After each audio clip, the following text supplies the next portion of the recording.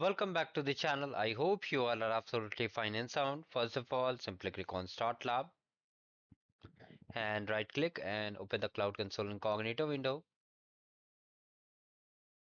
Now here, remove this unwanted pop-up first of all and click on Leave and just click on this button to activate the Cloud Shell. Now click on Continue and just authorize yourself, and if you've got any other pop-up, just click on I understand and agree and continue. Now wait for the Cloud Shell to get activated.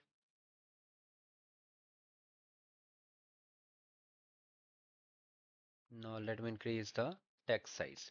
Now here in the description box of this video, I've shared this repository. First of all, you have to just copy the zone and you have to just paste on Notepad.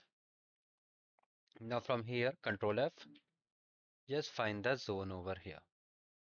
So just drag your mouse cursor and carefully copy the zone, paste it over here and remove the extra space or extra wording. It should look like this. Okay, it should match with the zone. It might be different for you, so accordingly update. Now just come over here, paste it. Now we have to run the next command and paste and hit enter. Now here what we are doing, we are just first of all deploying the application, then we are creating log-based metrics and alerting policy.